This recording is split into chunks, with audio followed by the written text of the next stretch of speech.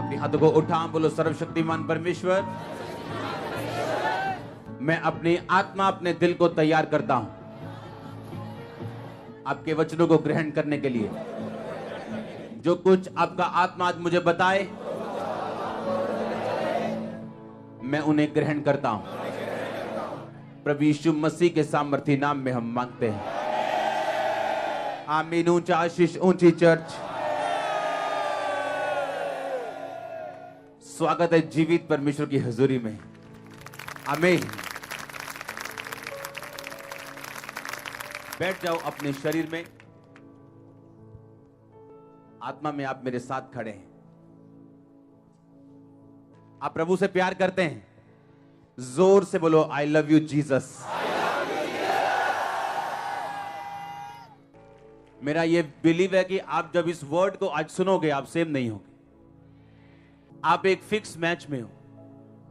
पता ना fix match कैसे होते हैं, पहले से फिक्स हो जाते हैं, और जो जनता है वो टीवी के सामने बैठी खुश हो रही होती है, छक्का बज गया, चौका बज गया, पर मैच पहले से फिक्स होता है।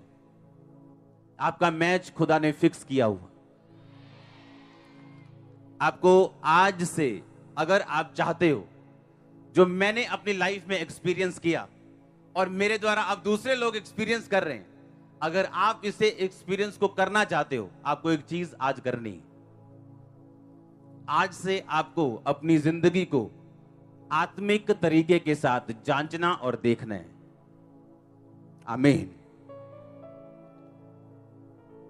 कोई आपके बारे में क्या कहता कोई प्रॉब्लम नहीं, आपने अपने आप को जांचना है कि आप सही हैं या नहीं, और खुदा के वचन से, आमीन। बाइबल कहती है आपकी लाइफ में अगर आप क्रिश्चियन हैं, जेन्युइन वाले, अगर आप मसीही हैं, कौन से वाले? जेन्युइन। आपके अंदर प्यास है परमेश्वर की, भूख है उसके वचन की, तो आपकी जिंदगी में होने वाली हर घटना स्वर्ग से निर्धारित होती है। लेकिन अगर आप पाप में हैं, आप व्यभिचार में हैं, आप चोरियां करते हैं, तो वो घटनाएं आपके नरक से हो सकती हैं और शैतान से हो सकती हैं। अगर आप निर्गमन 1, 2, 3 पढ़ें, अगर आप लूका की पुस्तक 1, 2, 3, 4 बाब पढ़ें, तो मैं आपको एक स्टोरी सुनाना चाहता हूं। बाइबल कहती मूसा पैदा हुआ। कैसे पैदा हुआ वो? मैं थोड़ा सा आपको वीरवार का वचन देता हूं, हल्का सा। इजरायली लोग, बाइबल कहती है, यूसुफ के कारण मिस्र में चले गए। 70 लोग थे जब वो मिस्र में गए, और परमेश्वर ने उन्हें एक राजे के अधीन कर दिया। क्यों? क्योंकि परमेश्वर जानता था कि ये 70 लोग मर जाएंगे अगर मैं इनको किसी राजे के अधीन नहीं करूंगा। इसलिए मिस्र के राजा के उन्हें अधीन कर दिया, क्योंकि मिस्र के राजा उस समय इतने पावरफुल होते थे कि उन पर कोई भी अटैक नहीं करता था। करता था तो जीतता नहीं था। कितने मेरी बात को समझे? इसका मतलब उनका उस बंधुआई में जाना भी कहां से निर्धारित था? स्वर्ग से। लोग बोलते क्यों ऐसा हुआ? क्यों ऐसा हुआ मेरी लाइफ में? मेरी लाइफ में ऐसा क्यों हुआ? मैं ऐसी सिचुएशन से क्यों गुजर रहा हूं? क्या सचमुच परमेश्वर मुझसे प्यार करता है? अगर आप आत्मिक रीति से अपने आप को जांचेंगे तो आपको समझ आएगा कि परमेश्वर आपको आपकी बेहतरी के लिए अब दुख दे रहा है, ताकि आप बाद में सदा के लिए दुखी ना हो। अब सुनो ध्यान से। लिखा वो बंधुआई में गए, 400 साल में लाखों हो गए। अब परमेश्वर जानता था कि जो वायदा मैंने इनके साथ किया कि मैं तुम्हें फलाने फलाने देश दूंगा, यबूसी के, अम्मोनियों के, परिज्जियों के, मैं तुम्हें वो देश कनान के दूंगा जहां दूध शहद की नदियां बहती। अब ये लोग बाहर आने के लिए तैयार नहीं थे। क्यों? कंफर्ट जोन में चले गए थे। लड़ने की जरूरत नहीं थी। मिस्र का राजा उनके लिए लड़ता था, आराम से रहते थे। अब परमेश्वर जानता था कि ये लोग आराम से बाहर नहीं आएंगे। परमेश्वर ने राजे के दिल में उनके लिए कड़वाहट डाल दी, और राजे ने उन्हें दुख देना शुरू किया। और जब दुख दिया राजे ने, तो लोगों ने परमेश्वर की दुहाई दी, परमेश्वर परमेश्वर। और वो सालों चलता रहा, ताकि लोग इस बात के लिए पक्के हो जाएं कि अब हमें इस राजे से निकलना है। तो राजे ने कहा था जितने लड़के पैदा हो इजराइलियों के मार दो, लड़कियां छोड़ दो। इसका मतलब क्या? इसका मतलब राजे ने उनको जितने दुख दिए वो भी कहां से निर्धारित हुए? पर आज एक बहन दुख लेने के लिए तैयार नहीं, क्योंकि उसे विश्वास ही नहीं है कि यह स्वर्ग से आ सकता है। उसे लगता है कि नहीं, अगर दुखी हूं तो शैतानी है, सुखी हूं तो परमेश्वर की ओर से। ऐसा नहीं। एक क्रिश्चियन बीमारियों से निकल सकता है, मुसीबतों से निकल सकता है, पारिवारिक कलेशों से निकल सकता है। और बाइबल कहती उन पे कलेश पड़ा, दुखी हुए, और एक मूसा बच्चा पैदा हुआ। उसे फेंकने की बजाय उसकी मां ने 3 महीने रख लिया। 3 महीने बाद उसने फैसला किया कि मुझे इसको छोड़ना है, और उसको छोड़ दिया नदी में। और नदी में कौन था? राजे की बेटी नहा रही थी। कोई राजकुमारी नदी पे नहाने के लिए नहीं जाती थी। यह प्रोटोकॉल होता था कि कोई राजकुमारी नदी पे नहाने के लिए नहीं जाएगी, क्योंकि उनके लिए बड़े बड़े पॉन्ड होते थे, बड़े बड़े स्विमिंग पूल होते थे अंदर राजघराने के अंदर। नदियों पे आम लोग नहाते थे। पर उस दिन परमेश्वर ने राजकुमारी के दिल में डाला था कि तू अपनी सहेलियों के साथ नदी में जाएगी। कहां से निर्धारित था? लगता नहीं था, फीलिंग नहीं थी। क्या स्वर्ग भी हमें देख रहा है? हमारे बच्चे मर रहे हैं, सब मेल बेटे मार दिए जा रहे हैं, हमें दुख दिया जा रहा है, हम पे सरदार ठहराए यानी प्रधान ठहराए जो हमसे काम करवाते हैं। क्या परमेश्वर है? क्या अगर वो देख रहे हैं तो वो चुप क्यों है? वो चुप नहीं है, वो काम कर रहे हैं। और लिखा मूसा को उन्होंने पकड़ा। राजकुमारी कहती मैं इसको पालूंगी। और 40 साल मूसा कहां पला? पैलेस में। और जब 40 साल बाद अपना नीचे आया, जब मतलब न्याय करने के लिए, उसे मालूम हुआ कि मैं भी हिब्री हूं, मैं भी इब्रानी हूं, मैं तो परमेश्वर का हूं, ये मिस्री हैं, इन्होंने मुझे लिया था बच्चे के रूप में। और जब न्याय करने के लिए आया तो लिखा मिस्री एक जब हिब्रियों को मार रहा था, इब्रानी को मार रहा था, क्रिश्चियन को मार रहा था, तो उसने मिस्री को मार के रेत में छुपा दिया, ये सोच के कि मेरे लोग मेरा आदर करेंगे, कि मैं यहूदियों का हूं, मैं क्रिश्चियन लोगों का सगा हूं। मैंने अपने मिस्री को मार के बालू में छुपा दिया। अगले दिन जब बाहर आया तो 2 इजरायली लड़ रहे थे। उसने कहा ओए आपस में क्यों लड़ रहे हो? कहते ओए भाग जा यहां से, किसने तुझे हमारा न्याय ठहराया? जैसे कल तूने मिस्री को मार दिया था, क्या हमें मारने आया? मूसा डर गया और भागना पड़ा उसे, क्योंकि बात खुल गई कि मूसा ने अपना ही बंदा सेना का मार दिया। पता है क्यों? क्यों उसके लोगों ने उसे स्वीकार नहीं किया मूसा को? क्योंकि बाइबल कहती है ना बल से ना शक्ति से, बल्कि उसकी आत्मा के द्वारा। परमेश्वर मूसा को यह समझा रहा था कि तू एक ऐसी कुर्सी के ऊपर बैठे है राजकुमार की, अगला राजा तू है, पर तू ये जान ले कि शारीरिक ताकत, शारीरिक पहचान तुझे छुड़ा नहीं सकती अगर मैं स्वर्ग से तुझे सामर्थ्य ना दूं। तो यह सिखाने के लिए परमेश्वर ने 40 साल उसे पैलेस में रखा। 40 साल के बाद वो दौड़ा मिधान देश में, परदेशियों के भागा। वहां पे एक याजक के घर में रहा, उसने अपनी लड़की की शादी उससे कर दी। वो भेड़ बकरियों को चराता था। 40 साल उसने भेड़ों और बकरियों को चराया। परमेश्वर जल्दी में नहीं। आमीन। मूसा सोच सकता था कि 40-80 साल का हो गया हूं, अब कौन सा परमेश्वर, अब क्या वो छुड़ाएगा किसी को, क्या वो इस्राएलियों को लेके आएगा? शायद वो मेरे मन की भूल थी। पर बाइबल कहती परमेश्वर ने उसे इसलिए भेड़ों और बकरियों में रखा था कि मूसा इस बात को अच्छी तरह से जान ले कि मूसा, जिस तरह तूने भेड़े चराई हैं, एक्सपीरियंस किया है कि भेड़े बिना चरवाहे के नहीं चर सकती, मैं तुझे चरवाहा बनाऊंगा अपने लोगों का। अगर भेड़े अपने आप चरती, मूसा किसान के घर भी जा सकता था, हां, बिजनेसमैन के घर भी जा सकता था, किसी शाहूकार, किसी ब्याज लेने वाले के घर में भी जा सकता था। पर परमेश्वर ने उसे भेड़ बकरियां चराने वाले याजक के घर में क्यों भेजा? उसे यह दिखाने के लिए कि भेड़ें अपने आप नहीं चर सकती, ताकि जब मैं इसे बुलाहट दूं, इसे मालूम हो कि मेरे लोग अपने आप नहीं चल सकते, इन्हें एक अगुवे की जरूरत है जो मूसा इनकी करेगा। ये कहां से निर्धारित था? उसका 40 साल पैलेस में रहना कहां से निर्धारित था? उसका 40 साल भेड़ बकरे को चराना कहां से निर्धारित था? आपकी लाइफ का एक एक इवेंट, वो पॉजिटिव हो वो नेगेटिव हो, वो स्वर्ग से निर्धारित है। परमेश्वर आपको जानता है, वो आपके छुटकारे का इंतजाम कर रहा है। अगर आप सिर्फ फेथफुल रहें, विश्वास योग्य रहें, उसमें अड़े रहें और खड़े रहें, सब बातें मिलकर आपकी लाइफ में भलाई को पैदा करेंगे। आमीन। जितना ऊंचा आशीष जितनी ऊंची चर्च। बाइबल कहती है, भविष्यवाणी थी कि जो उद्धार करता है वो बैतलहम में पैदा होगा। पर मरियम कहां रह रही थी? नासरत में, बैतलहम में नहीं। पता क्या हुआ फिर? परमेश्वर ने उस देश के राजा के दिल में यह डाला कि तू सारे देश के लोगों का आधार कार्ड बनवाए। आसान भाषा में, हां, सारे देश के लोगों के क्या लिखे? तू नाम लिखे, नाम लिखाई करे। और इसलिए कि उसका पति बैतलहम यहूदा का था, तो वो अपनी पत्नी को लेके बैतलहम चला गया, जबकि उसकी डिलीवरी के दिन बहुत करीब थे। कितने आप समझ रहे हैं?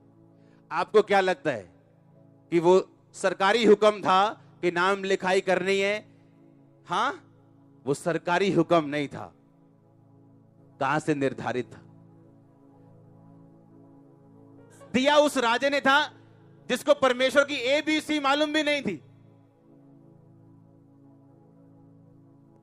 लेकिन था कहां से?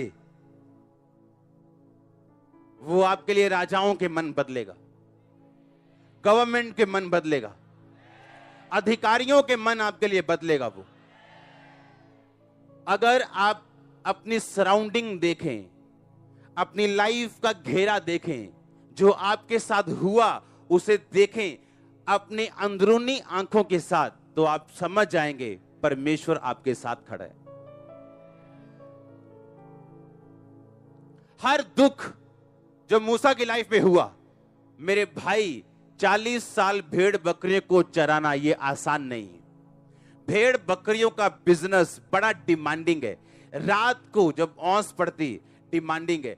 बारिश, भेड़ गुम गई, भेड़ गिर गई, दूसरे चोरी करने वाले भेड़िए आ गए, शेर आ गया, भालू आ गया, डिमांडिंग था वो। और परमेश्वर ने 40 साल उसकी ट्रेनिंग करवाई। आप 2 साल में दुखी हो जाते हो कि परमेश्वर ये नौकरी मैं क्यों कर रहा हूं? वो आपकी ट्रेनिंग कर रहे हैं। ये ब्लेसिंग मेरे पास क्यों नहीं? वो आपकी ट्रेनिंग कर रहे हैं। अगर इस ट्रेनिंग को आप चाहते हो टाइम पे खत्म हो जाए, आपको प्रार्थना में रहना है।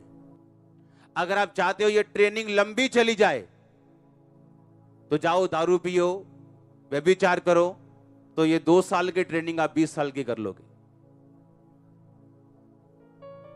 बच्चे फेल होते ही हैं क्लास में, 8वीं में 2 बार फेल, 9वीं में 4 बार फेल, तो होते रहो फेल, किसने रोका है?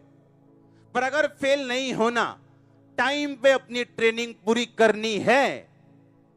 और याद रखो, उस क्लास को जो परमेश्वर ने आपको देनी है, बिना पिछली क्लास पास किए आप नहीं जा पाओगे। आपको हर कोर्स लेना पड़ेगा। आप दुखी हो, आप सुखी हो, आप आराम से लो, आप चीखे मार के लो कि हाय प्रभु मर गए प्रभु, आप ऐसे लो। छोटे बच्चे होते हैं ना, उनको मालूम होता है कि ये दवाई खानी पड़ेगी, क्रोसिन कोड़ी है। अब रो के खाओ, चीखे मार के खाओ, या आराम से खा लो, खानी है, खानी पड़ेगी। बाप उसे खिलाए बिना छोड़ेगा नहीं, उसे मालूम है ये जरूरी है इसकी बॉडी के लिए। अब आप देखो आपने क्या करना है।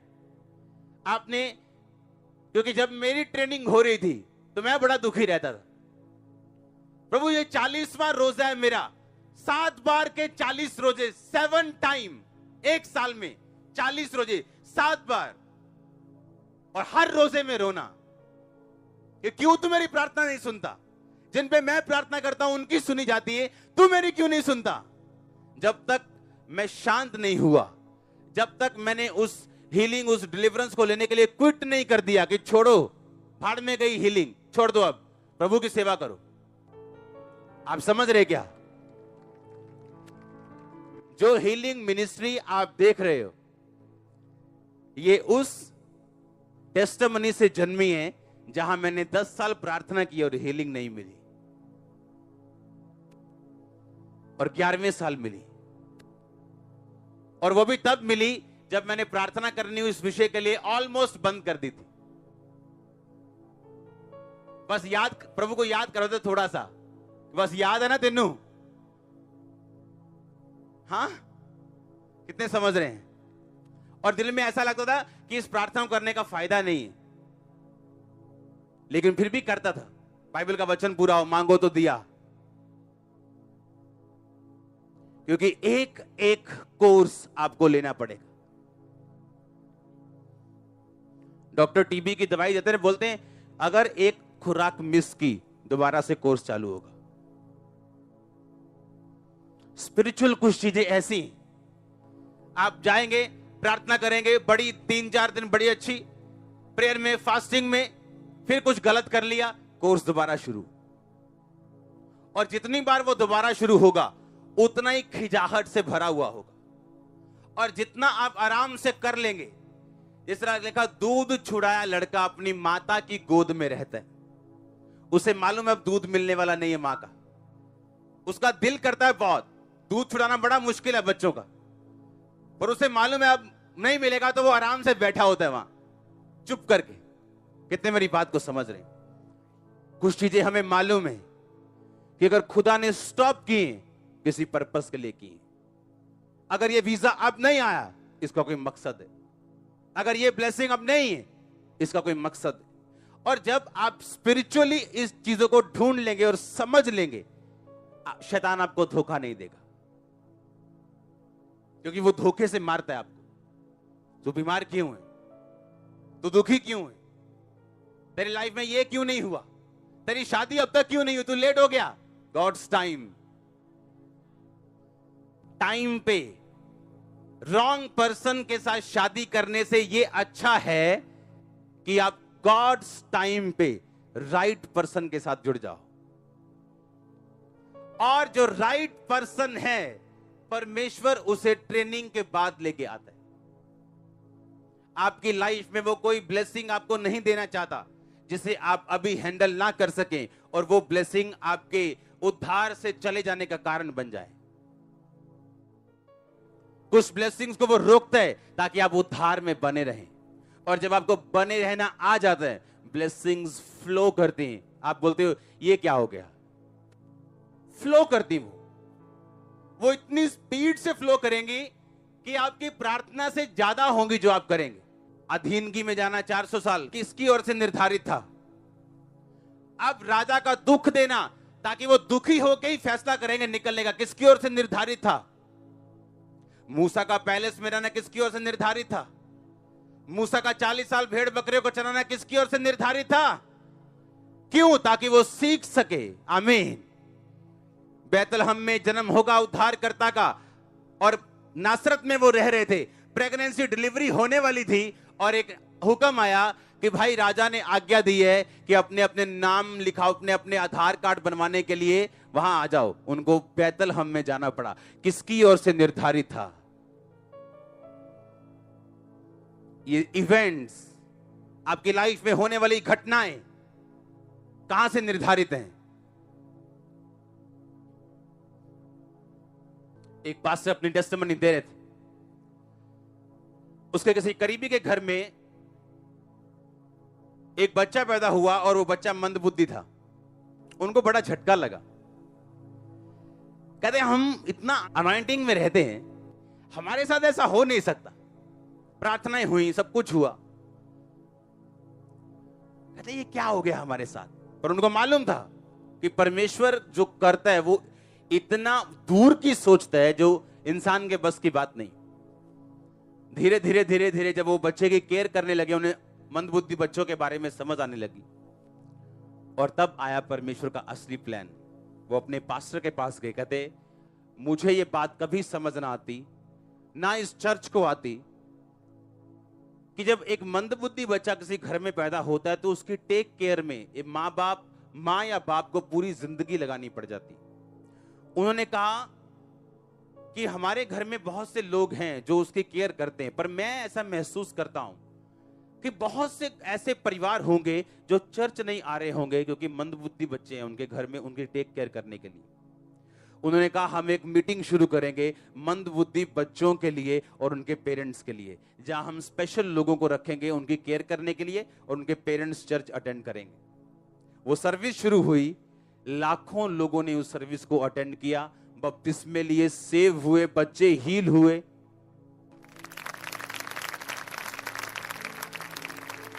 आप समझ रहे हैं क्या?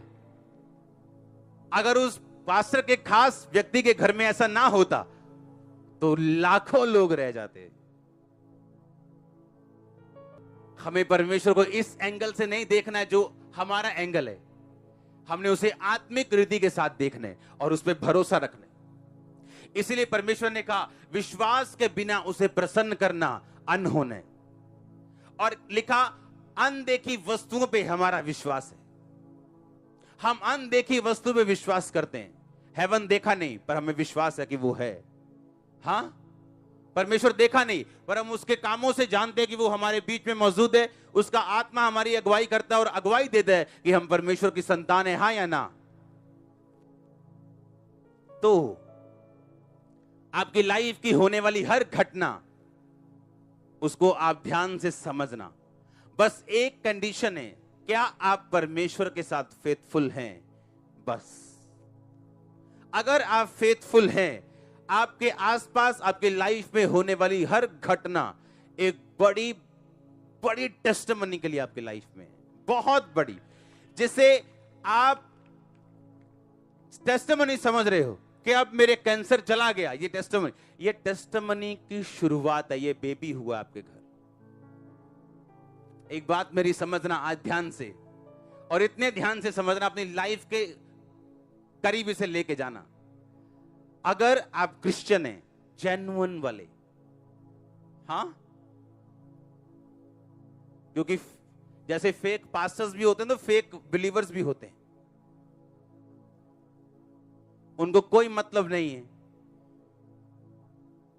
वो इतने बोल्ड और दलेर हैं कि अपनी दारू की और पार्टी की पिक्चर्स वो फेसबुक पे डाल सकते हैं, वो इतने दलेर हैं। लेकिन हम में वो दलेरी नहीं है, ना आप में होनी चाहिए। हालेलुया। अगर आप जेन्युइन क्रिश्चियन हैं और आप मुसीबत में फंस जाएं, मेरे वर्ड्स लिख लेना, आप प्रेग्नेंट हो चुके हैं।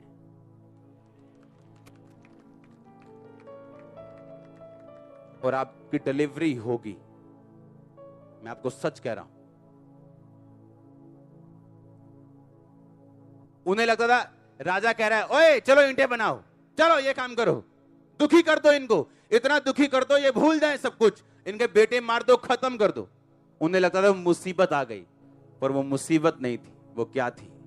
प्रेगनेंसी। किसकी? छुटकारे की। ठीक है नहीं थी? छुटकारे की प्रेगनेंसी थी कि नहीं? जो आपको आज मुसीबत नजर आ रही वो प्रेगनेंसी है। जो आपको आज गरीबी नजर आ रही वो एक्चुअल में प्रेगनेंसी है। पर बहुत सारी औरतें समझदार नहीं होती। जब बच्चा होता है सही खाती नहीं, खड़ी रहती हैं, भागती रहती हैं, बच्चा खराब हो जाता है। ऐसे लोग भी हैं जो अपना बच्चा स्पिरिचुअल खराब कर लेते हैं। आप जब प्रेग्नेंट हैं, आप सब जगह नहीं जा सकते,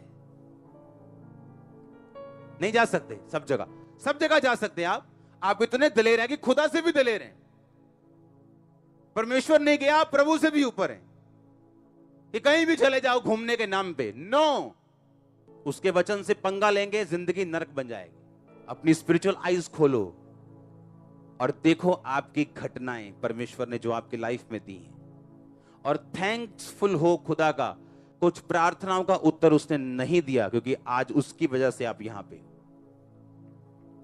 आप समझो, आपके इवेंट्स, आपके लाइफ की घटनाएं, अब आपको बैठ के अपनी पिक्चर बनाओ, सोचो।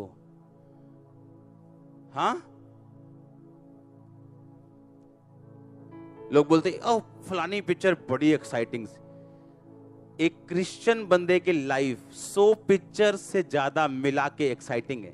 आप देख लो, कोई पिक्चर हमें प्रभावित नहीं करती। इतनी लाइफ एक्साइटिंग और डिवाइन ईश्वरीय हो चुकी है कि आपका हर एक इवेंट, घटना, दुखी सुखी कुछ भी अगर आप ध्यान से देखें तो परमेश्वर का हाथ उसके पीछे होगा।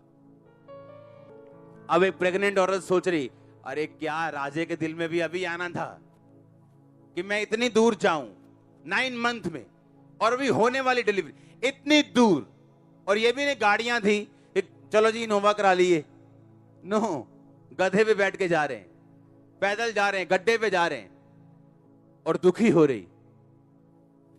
उसके पीछे कौन था? परमेश्वर, कि बैतलहम में मेरा उद्धार करता जन्म लेगा। मरियम कब प्रेग्नेंट हुई? जब उसकी मंगनी हो गई। सोचने वाली बात यह है कि परमेश्वर दुश्मन लग रहा है इसमें। क्यों? कि अगर प्रेग्नेंट करना ही है तो मंगनी से पहले करो, शादी जरूर तुड़वानी है उसकी। पर मंगनी के बाद वो होली स्पिरिट से क्या हुई पता है क्यों?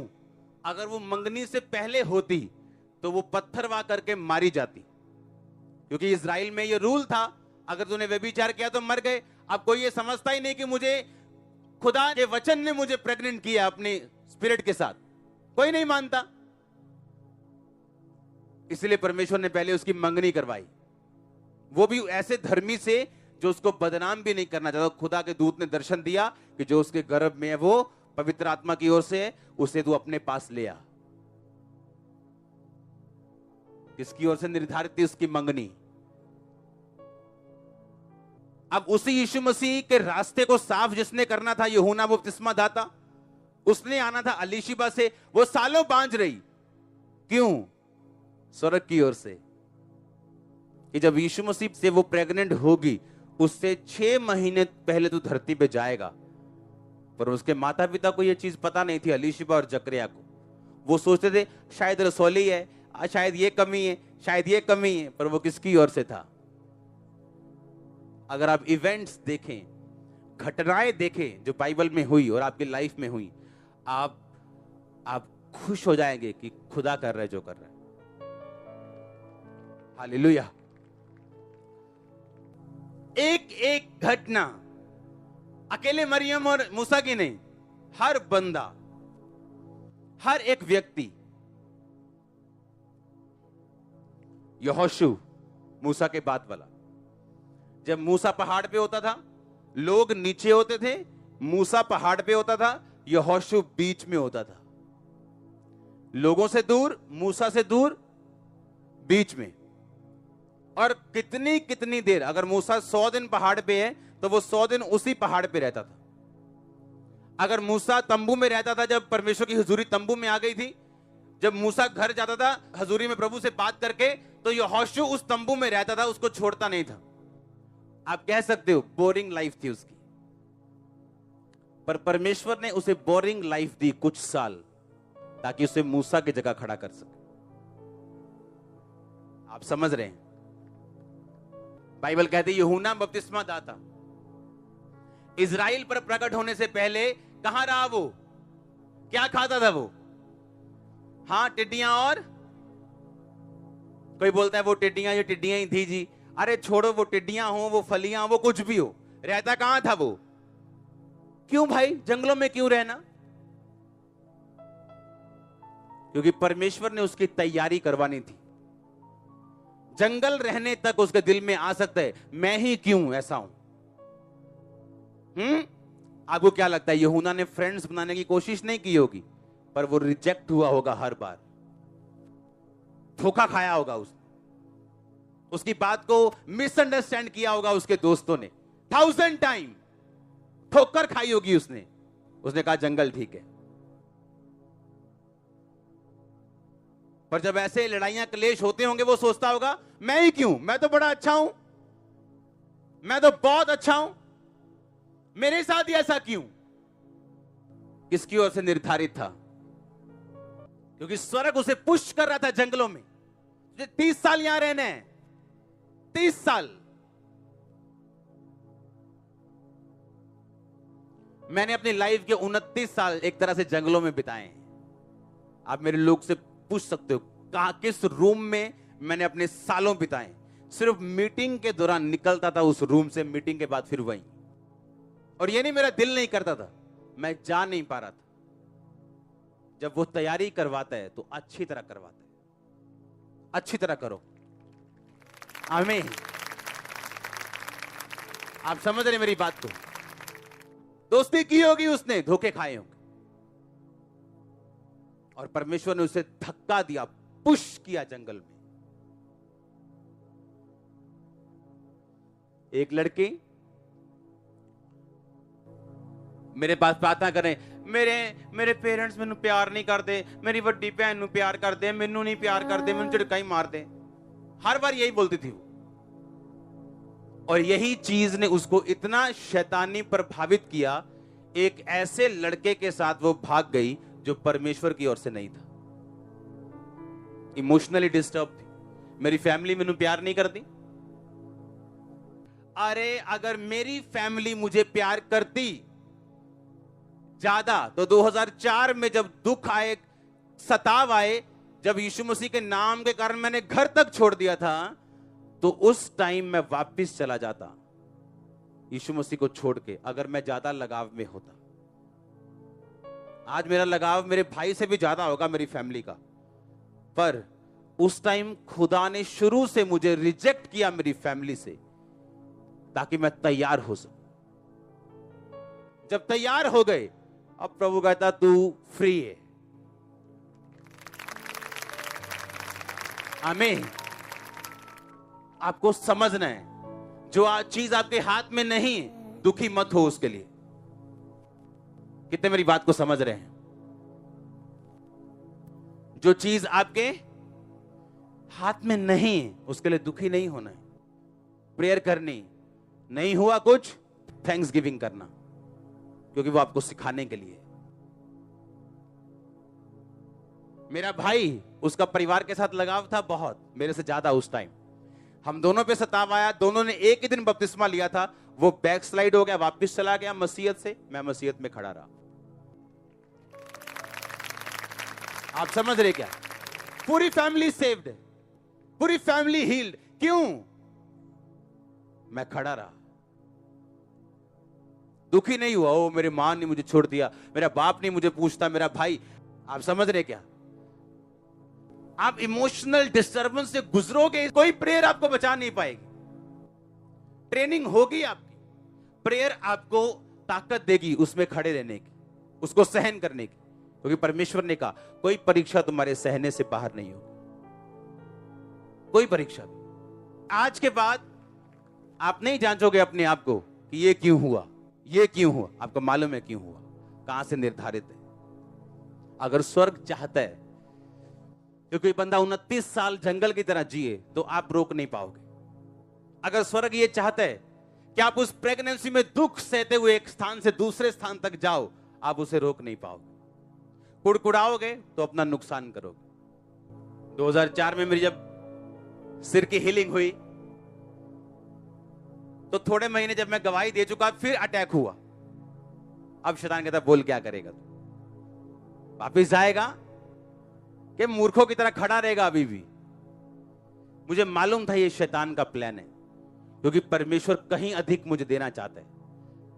मैंने फेथ नहीं छोड़ा, और वो हीलिंग उसको आना पड़ा दोबारा, और रहना पड़ा। और वो बीमारी होती कैसे है, मुझे कम से कम 10 साल हो गए भूले हुए वो कैसी होती। हालेलुया। अब वो क्या लगता है, वो ऐसे ही आ गई? नो, गवाही दे रही, शैतान ने अटैक कर देना। बाय फेथ आप उसे खुश कर सकते हो। बाय फेथ, बाय फेथ, विश्वास से, विश्वास से, विश्वास से, विश्वास से। दाऊद ने प्रार्थना की, 7 दिन बाद उसका बेटा मर गया, बचा नहीं। उसके चेले उसको बता नहीं रहे थे कि बेटा मर गया। उसने बुला के पूछा, कहता मर गया? वो कहता मर गया। कहता अब लाओ रोटी लाओ, खिलाओ पिलाओ मुझे। कहता ये क्या हुआ, जब वो बीमार था तू दुखी था, जब मर गया तू कहता ले आओ जी रोटियां नाटियां। कहता जब परमेश्वर ने नहीं बचाया तो मैं परमेश्वर हूं क्या? क्योंकि वो व्यभिचार से था या कुछ भी था, वो बात की बात है। कितने मेरी बात समझ रहे हैं? और उसको कैसे परमेश्वर ने आगे लेके गया आप जानते हो, हाँ या ना? स्वर्ग से निर्धारित जो चीजें हैं आपको उनके पीछे चलना है, और जो होगा आपके साथ वो मार्वलस होगा, क्योंकि वो आपकी पीढ़ियों की परवाह करता है।